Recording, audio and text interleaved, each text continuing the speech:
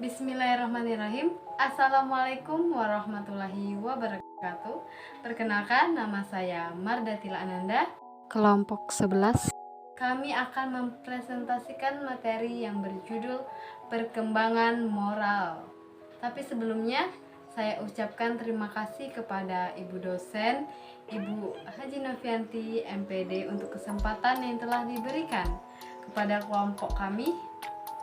Baiklah, untuk presentasi pertama akan disampaikan oleh rekan saya yang bernama Bella Atika, dan kepada teman-teman saya harapkan dapat menyimak penjelasan dari teman saya Bella. Kepada Bella, kami persilakan. Baiklah, saya Bella Atika Astri akan menjelaskan ruang lingkup perkembangan moral. Sebelum itu, Bella akan menjelaskan pengertian dari perkembangan moral. Perkembangan moral adalah perkembangan yang berkaitan dengan kemampuan seseorang untuk mengetahui baik dan buruk suatu perbuatan, kesadaran untuk melakukan perbuatan baik, kebiasaan melakukan baik, dan rasa cinta terhadap perbuatan baik. Moral berkembang sesuai dengan usia anak. Moral berasal dari bahasa Latin. Mores sendiri berasal dari kata mos yang berarti kesusilaan, tabiat, atau kelakuan. Selanjutnya, Bella akan menjelaskan ruang lingkup perkembangan moral. 1. Menurut Sejak Harwi 2006.234 menyatakan moral adalah nilai kebaikan manusia sebagai manusia. 2. Menurut Henderson 1964-112, moralitas menunjukkan perbuatan terhadap diri sendiri atau orang lain yang diperlukan untuk mencapai tujuan akhir manusia, yaitu kehidupan yang baik. 3. Harris 1976-31 menyatakan moralitas adalah wilayah dari perilaku yang pada dasarnya berkaitan dengan pembenaran tentang apa yang harus dilakukan, tentang hal-hal yang benar atau salah, baik dan buruk, dan tentang tugas dan kewajiban. 4. Turiel 2007 menyatakan ada perbedaan antara moralitas dan konvensi sosial bagi anak. Menurutnya, perilaku moral seperti memukul seseorang tanpa alasan memiliki efek intrinsik, misalnya kejahatan terhadap kesejahteraan orang lain. 5. Jamal 2005-135 menyatakan perbuatan bermoral adalah perbuatan terpuji. 6. Durkheim 1995 menyatakan bahwa moralitas akan mencegah individu agar tidak melakukan hal-hal yang terlarang. Disiplin moral tidak diciptakan untuk kepentingannya, melainkan untuk kepentingan manusia.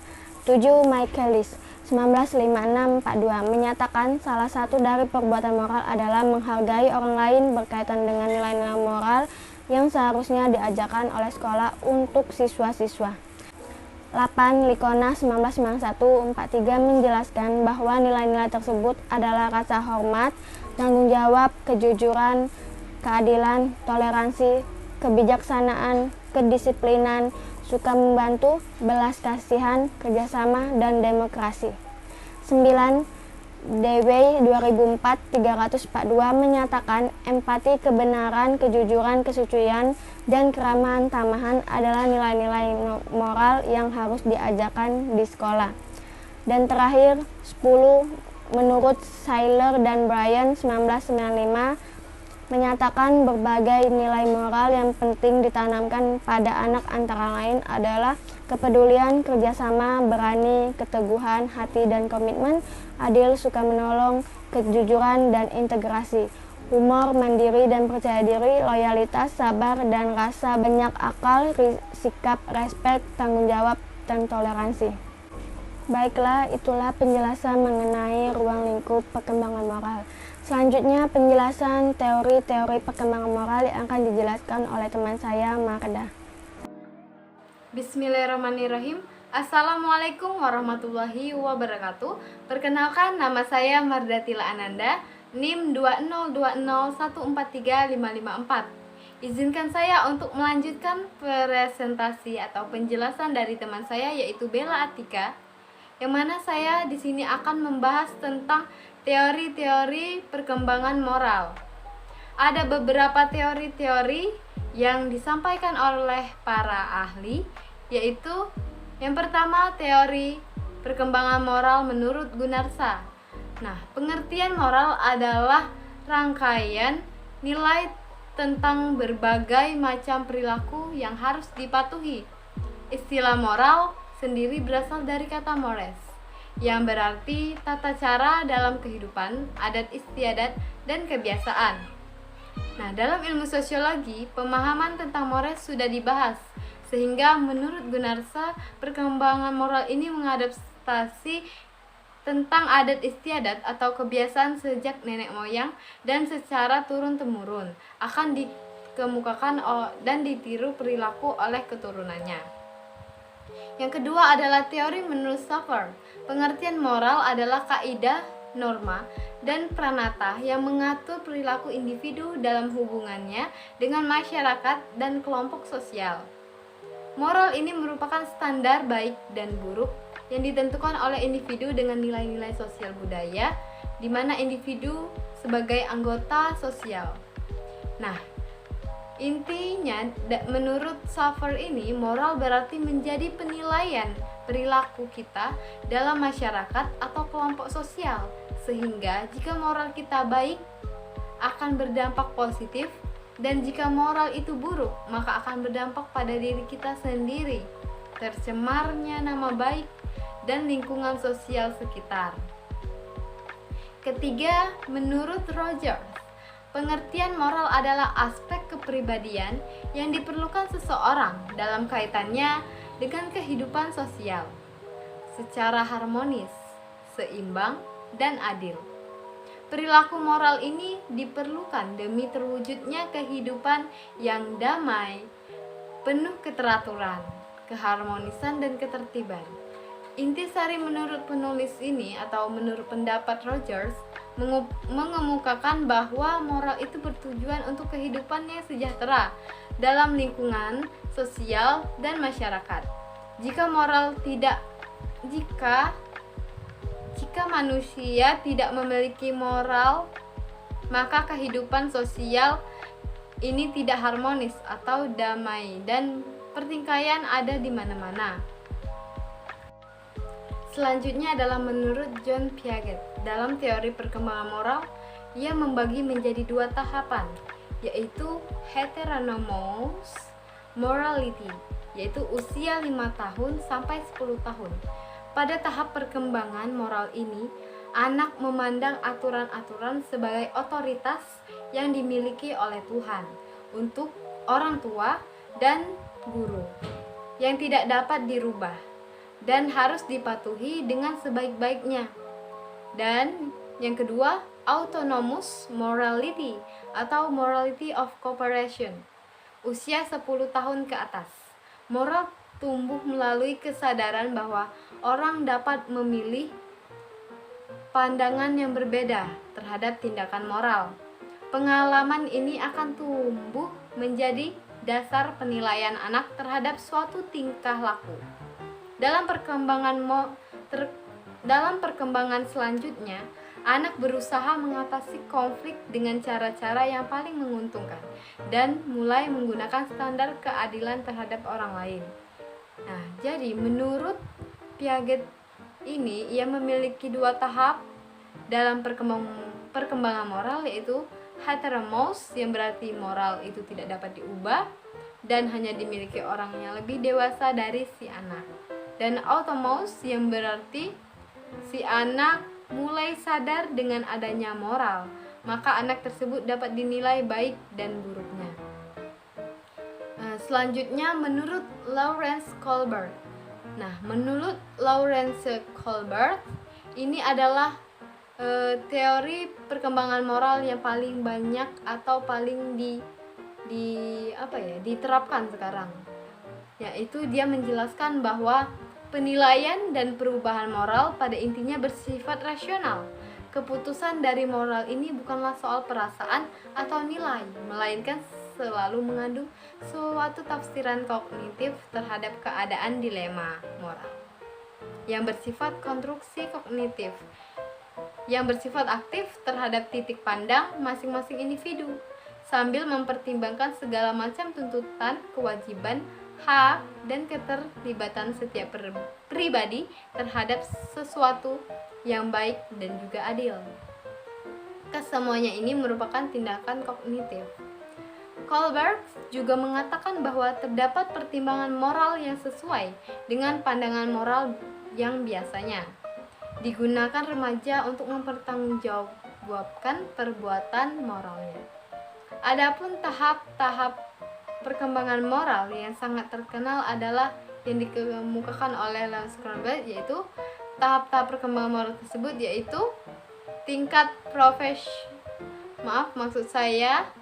tingkat prakonvensional pada usia 4 sampai 10 tahun. Tahap perkembangan moral yang aturan-aturan dan ungkapan-ungkapan moral masih ditafsirkan oleh individu atau anak berdasarkan akibat fisik yang akan diterimanya, baik itu berupa sesuatu yang menyakitkan atau yang baik.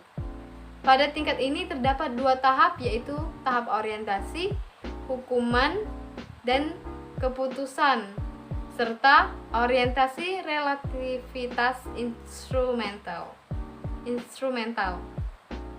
Tingkat konvensional selanjutnya adalah tingkat konvensional pada usia 10 tahun hingga 13 tahun. Tahap perkembangan moral yang aturan-aturan dan ungkapan-ungkapan moral dipatuhi atas dasar menuruti harapan keluarga, kelompok, atau masyarakat. Pada tingkat ini terdapat juga 2 tahap, yaitu tahap orientasi, kesepakatan antara pribadi atau disebut orientasi anak manis, serta tahap orientasi hukum atau ketertiban. Selanjutnya tingkat pasca konvensional, usia 13 tahun ke atas. Tahap perkembangan moral yang aturan-aturan dan ungkapan-ungkapan moral dirumuskan secara jelas berdasarkan nilai-nilai prinsip moral yang memiliki keabsahan dan dapat diterapkan. Hal ini terlepas dari otoritas kelompok atau orang yang berpegangan pada prinsip tersebut, dan terlepas pula dari identifikasi diri dengan kelompok tersebut. Pada tingkatan ini terdapat 2 tahap, yaitu tahap orientasi prinsip etika universal dan tahap kontrak sosial legalitas. Jadi, menurut Lawrence Kohlberg, moral tidak hanya mengandung penilaian terhadap perilaku atau kebiasaan, tetapi juga untuk mengembangkan kognitif, dan jika berusia remaja, moral ini mulai dapat dipertanggungjawabkan oleh si anak. Lawrence juga memiliki 3 tingkatan dalam perkembangan moral, yaitu prakonvensional, yaitu anak masih menganggap bahwa jika melaksanakan moral itu akan mendapatkan hukuman atau hadiah, sehingga anak hanya menuruti keinginan lingkungannya dan anak masih belum mengetahui moral yang dilaksanakan itu baik atau buruk, atau memperhatikan ketaatan. Lalu kedua, konvensional. Anak melaksanakan moral itu dengan keinginan dianggap menjadi anak yang baik dan hanya menuruti keinginan keluarga, serta tahap ini anak mulai mengetahui baik buruknya moral yang dilaksanakan oleh si anak. Nah, tahap terakhir yaitu pasca konvensional. Anak mulai sadar dan memfilter atau memilih moral yang baik atau buruk. Nah, dalam melaksanakan moral, lingkungan, kontak sosial, dan menganggap moral itu perilaku dan etika. Nah, tahap-tahap perkembangan moral menurut John Dewey. Oke, selanjutnya kita ke tahapan perkembangan moral menurut John Dewey, yaitu tahap pertama, pramoral. Ditandai bahwa anak belum menyadari keterikatannya pada aturan. Tahap kedua, tahap konvensional, ditandai dengan berkembangnya kesadaran akan ketaatan pada kekuasaan. Yang ketiga, tahap otonom, ditandai dengan berkembangnya keterikatan pada aturan yang didasarkan pada resiprositas. Jadi, menurut John Dewey, perkembangan moral memiliki kesamaan dengan perkembangan moral John Piaget. Yang mana tetapi John Dewey memiliki 3 tahapan, yaitu formal, belum sadar, konvensional, sadar, dan otonom melaksanakan moral. Nah, mungkin itulah teori-teori perkembangan moral yang mana itu teori-teori menurut para ahli. Baiklah, itulah penjelasan dan presentasi dari saya mengenai teori-teori perkembangan moral. Dapat disimpulkan bahwa teori-teori perkembangan moral ada banyak sekali pendapat menurut para ahli. Saya akhiri, saya ucapkan terima kasih. Wassalamualaikum warahmatullahi wabarakatuh. Presentasi selanjutnya akan disampaikan oleh teman saya, Kadek Warti. Kepada Kadek Warti, saya persilakan. Terima kasih. Baiklah, saya Kadek Warti akan melanjutkan materi tentang pengembangan moral. Nah, di dalam dunia pendidikan, upaya pengembangan moral telah dilakukan dalam berbagai model-model pembelajaran. Integrasi nilai-nilai moral ke dalam pembelajaran di sekolah juga dapat dilakukan dalam berbagai cara, mulai dari bentuk fragmentasi sampai integrasi. Menurut Kerr dan Downey dan Kelly 1978 menyatakan bahwa pembelajaran moral harus menjadi kurikulum yang tersembunyi. Sedangkan menurut Martin dan Regelut 1999 menyatakan bahwa perkembangan moral merupakan salah satu komponen pembelajaran nilai atau afektif. Keduanya menyatakan ada 7 isu yang berkaitan dengan desain pengembangan kurikulum afektif. Salah satu isu tersebut adalah kurikulum terpadu yang merujuk kepada bagaimana topik-topik atau program afektif diintegrasikan ke dalam subjek-subjek dalam kurikulum.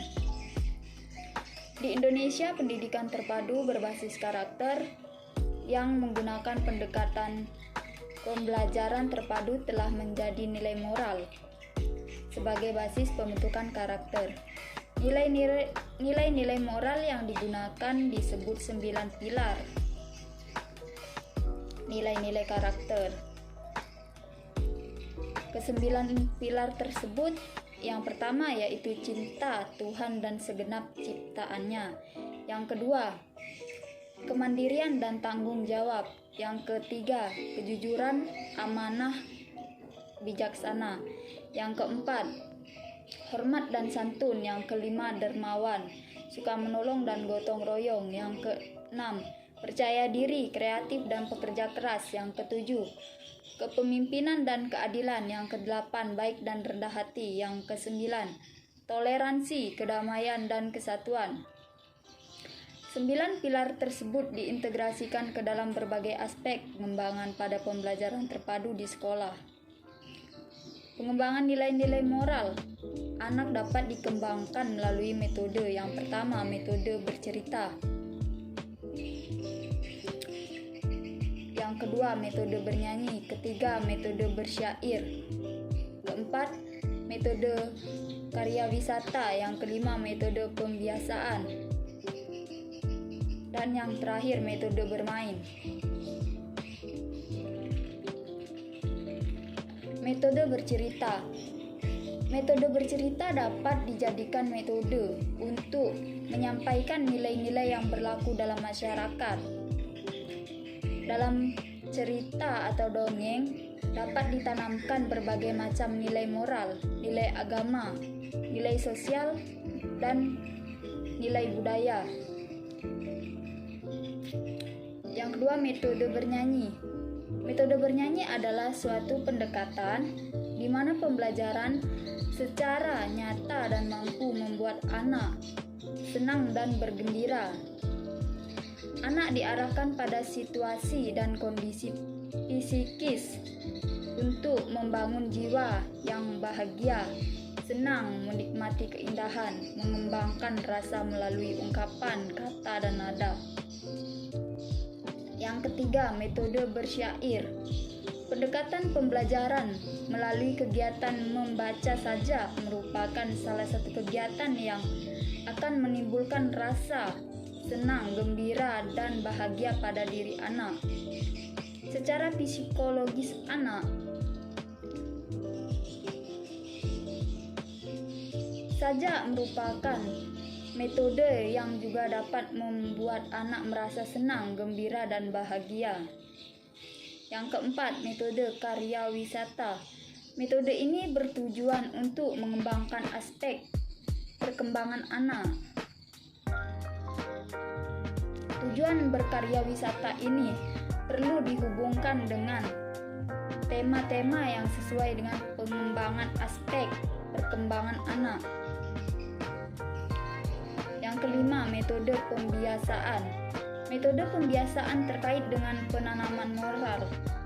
Lebih banyak dilakukan melalui pembiasaan tingkah laku dalam proses pembelajaran. Ini dapat dilihat misalnya pada berdoa sebelum dan sesudah belajar, berdoa sebelum makan dan minum, mengucapkan salam kepada guru dan teman, merapikan mainan setelah belajar, berbaris sebelum masuk kelas, dan sebagainya. Yang terakhir, metode bermain. Metode bermain ternyata banyak sekali terkandung nilai moral. Di antaranya mau mengalah, bekerja sama, tolong menolong, budaya antri, dan menghormati teman. Nah, nilai moral mau mengalah terjadi manakala siswa mengalah terhadap teman lainnya yang lebih membutuhkan untuk suatu jenis mainan. Mungkin hanya itu yang bisa saya sampaikan, kurang lebihnya saya mohon maaf. Saya akhiri, selamat pagi.